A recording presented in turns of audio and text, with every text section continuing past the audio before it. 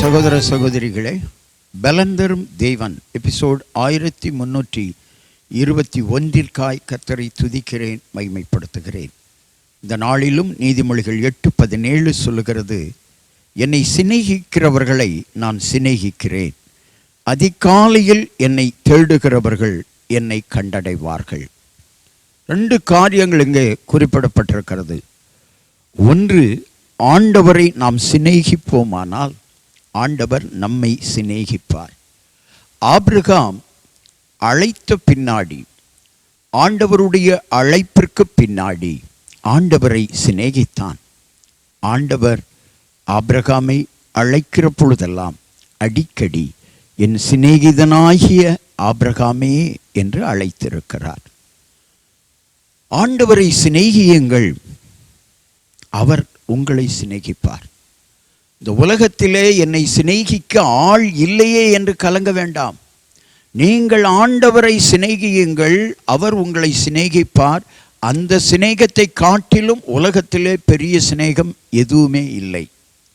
2வது, அதிகாலையில் என்னை தேடுகிறவன் என்னை கண்டடைவார்கள்.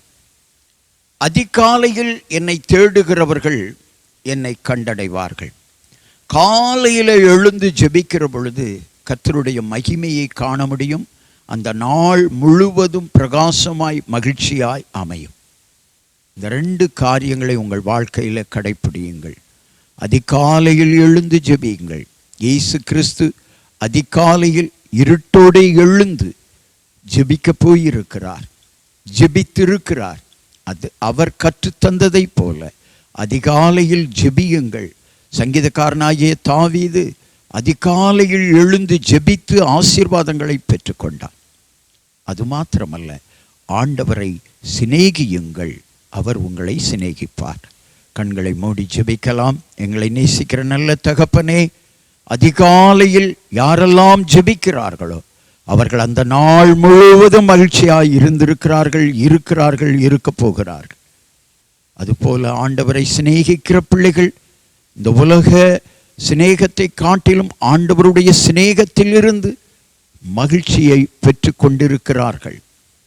செய்தியை கேட்டுக்கொண்டிருக்கிற சகோதரனே, சகோதரியே, உன் வாழ்வின் துக்கம் மாற ஆண்டவரை சிநேகி, அதிகாலையில் எழுந்து ஜெபம் பண்ணு. உன் வாழ்வின் துக்கம் மாறும், உங்கள் துக்கம் சந்தோஷமாய் மாறும். இயேசுவின் நாமத்தில் ஜெபிக்கிறேன் பிதாவே, ஆமென்.